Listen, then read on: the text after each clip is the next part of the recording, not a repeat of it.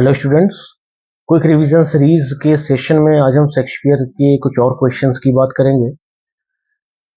इन questions के जरिए आप अपनी तैयारी को और अच्छा कर सकते हैं।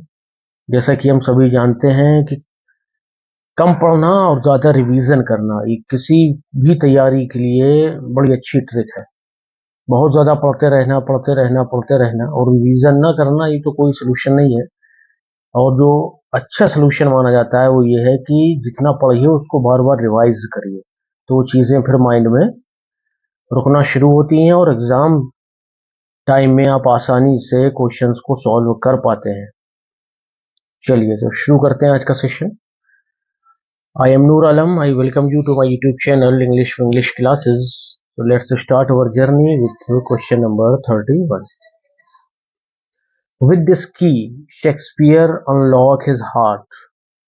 इस की से, इस चाबी से शेक्सपियर ने अपने दिल के तालों को खोला है। किसने कहा है ये? क्या शैली ने कहा है, बायरॉन ने कहा है, या फिर वर्ड्सवर्थ ने कहा है? तो हमारा जो आंसर होगा वो क्या होगा? विलियम वर्ड्सवर्थ ने ये बात कही है शेक्सपियर के लिए कि शेक्सपियर ने अपने दिल के तालों को किससे खोला है? सोनेट की से खोला है। और ये जो की है ये इंडिकेट कर रहा है किसको? सोनेट को। ठीक है, चलिए नेक्स्ट क्वेश्चन देखते हैं 32। In Shakespeare's tragedies, character is not destiny, but there is character and destiny. कहेंगे शेक्सपियर के प्लेज में, ट्रेजिडीज में, character is not destiny but there is character and destiny. ये जो रिमार्क है, ये रिमार्क किसके द्वारा कहा गया है? शेक्सपियर की ट्रेजिडीज के। तो ये रिमार्क क्या एसी ब्रेडले का है, निकोल का है, जॉन ड्राइडन या डॉक्टर जॉनसन? तो हमारा जो जवाब होगा वो निकोल का होगा। निकोल ने ये रिमार्क दिया है शेक्सपियर की ट्रेजिडीज के बारे में। नेक्स्ट क्वेश्चन देखते हैं। If music be the food of, यहाँ पे थोड़ा सा मिस है, ऑफ के बाद में यहाँ पर लव होगा, ऑफ लव। तो प्ले ऑन करेगी, यदि म्यूजिक ही जिंदा रखता है प्यार को तो फिर बजाते रहो, give me access of it, और मुझे बहुत ज्यादा दे दो। ये बात ली गई है 12th नाइट से, यानी 12th नाइट जो प्ले है वो इन्हीं लाइंस के साथ में शुरू होता है। नेक्स्ट क्वेश्चन देखेंगे।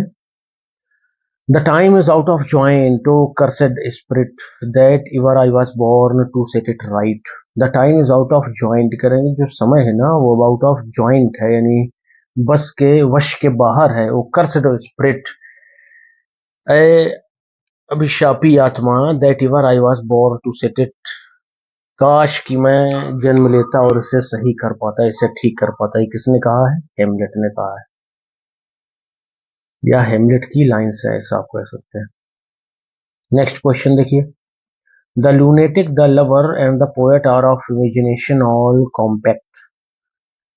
द लूनेटिक, चाहे वो कोई सनकी हो, लवर कोई प्रेमी हो, एंड द पोएट, और चाहे वो कवि हो, और ऑफ इमेजिनेशन ऑल कॉम्पैक्ट, ये सारे बस कल्पना में रहने वाले व्यक्ति हैं। तो ये लाइंस किस प्ले से ली गई हैं वो बताना है। एज यू लाइक इट से ली गई हैं, या फिर लव लिवर लॉस्ट से, अ मिडसमर नाइट ड्रीम्स। तो जो हमारा आंसर होगा वो होगा अ मिडसमर नाइट्स ड्रीम। ठीक है, द लूनेटिक, द लवर, ध्यान रखेंगे, a midsummer night's dream. Next question.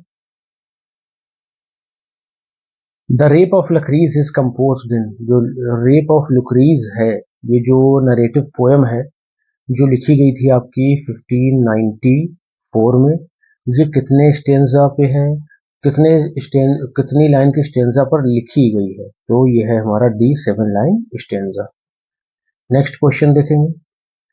Shakespeare dedicated his poems, Shakespeare ने अपनी पोएम्स को डेडिकेट किया है।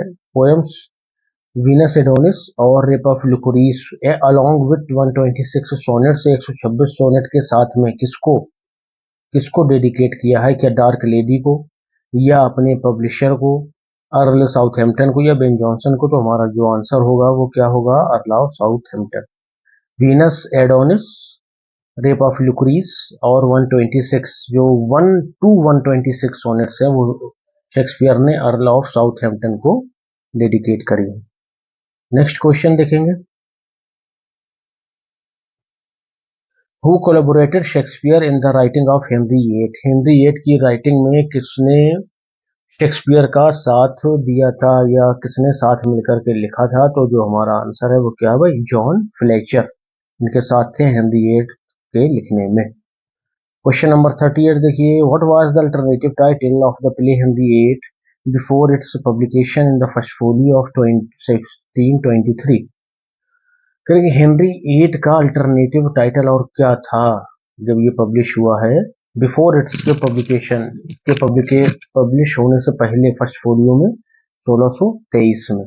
तो वो जो है हमारा ऑप्शन वो होगा ऑल इज ट्रू। क्या होगा? All is true is the second title या सब टाइटल ऑफ हेनरी एट, ठीक है। चलिए, ऑल इज ट्रू।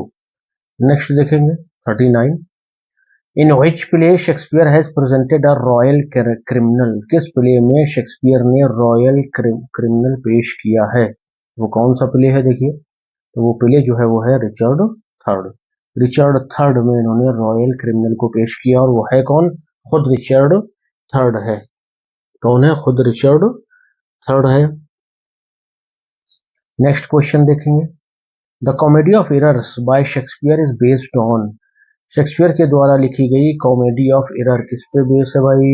लिखेंगे अपन मेनाक्मी ऑफ प्लाटूज पर, ठीक है। मेनाक्मी ऑफ प्लाटूज पर कॉमेडी ऑफ एरर्स बेस्ड है।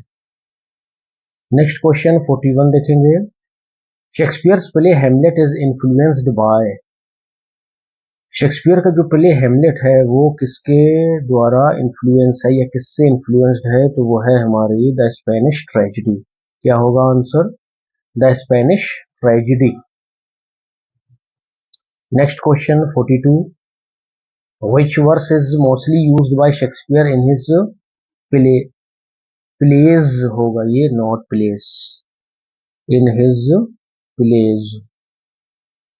अपने प्लेज में किसका यूज किया है इन्होंने? तो बहुत आसान सी बात है, अगर आपने थोड़ा भी शेक्सपियर के बारे में पढ़ा तो जानते होंगे कि ब्लैंक वर्स का शेक्सपियर ने अपने अक्सर प्लेज में यूज किया है। चलिए नेक्स्ट क्वेश्चन देखते हैं 43, the early plays of Shakespeare were written between.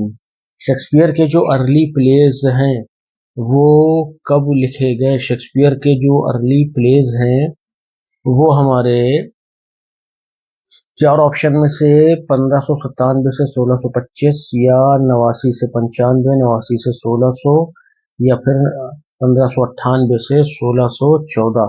तो जो हमारा आंसर होगा वो होगा 1589 से 1595 के बीच शेक्सपियर के अर्ली प्लेज लिखे गए। नेक्स्ट क्वेश्चन देखिए, in the last phase of his career Shakespeare wrote. Shakespeare ने अपने करियर के लास्ट फेज में क्या लिखा भाई? रोमांसेस लिखे, कॉमेडीज लिखी, ट्रेजेडीज लिखी, एक्स्ट्री प्लेज लिखे। तो आंसर क्या हो गया? रोमांसेस या ट्रेजी कॉमेडीज लिखी हैं शेक्सपियर ने अपने करियर के लास्ट फेज में। 45 में आ जाइए, इट इज सेड दैट, ऐसा कहा जाता है कि Shakespeare based his Julius Caesar on certain incident of his era, कि शेक्सपियर ने जूलियस सीजर लिखा है ना वो कुछ निश्चित इंसिडेंट्स घटनाओं पर आधारित लिखा है जो उसके इरा उसी के समय में हुए थे। तो वो क्या है? Rebellion of Duke of Essex. ठीक, ये हमारा आंसर होगा the rebellion of the Duke of Essex के इंसिडेंट पर शेक्सपियर ने जूलियस सीजर लिखा था। चलिए नेक्स्ट क्वेश्चन देखेंगे, in which country is the story of Othello set. Othello की जो कहानी है वो कहाँ पर सेट हुई है?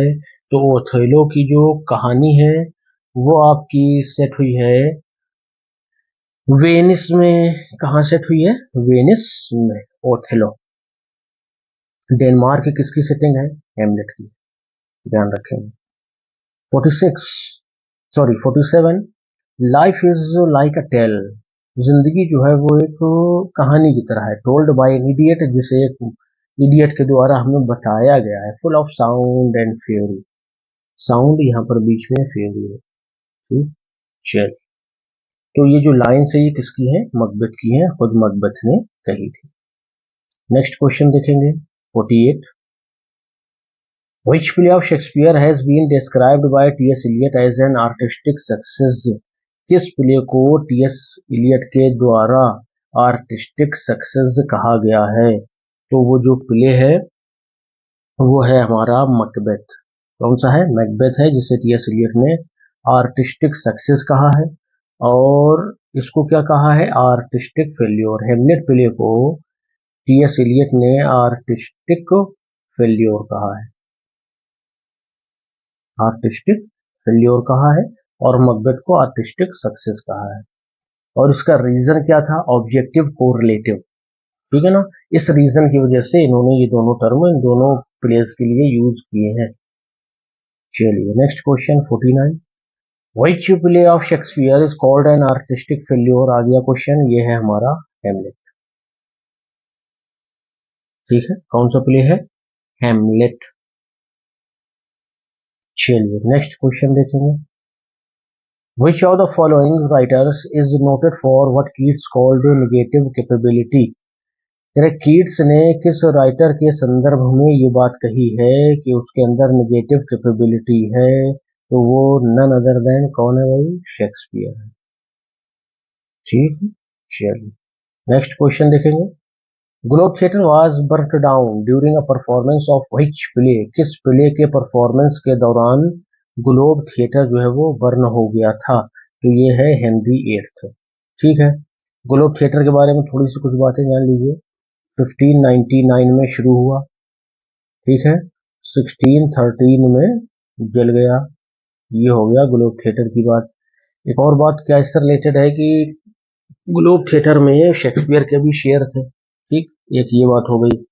अगली बात क्या है? ग्लोब थिएटर में जो पहला परफॉर्म किया जाने वाला प्ले है वो कौन है? जूलियस सीजर है, जूलियस सीजर।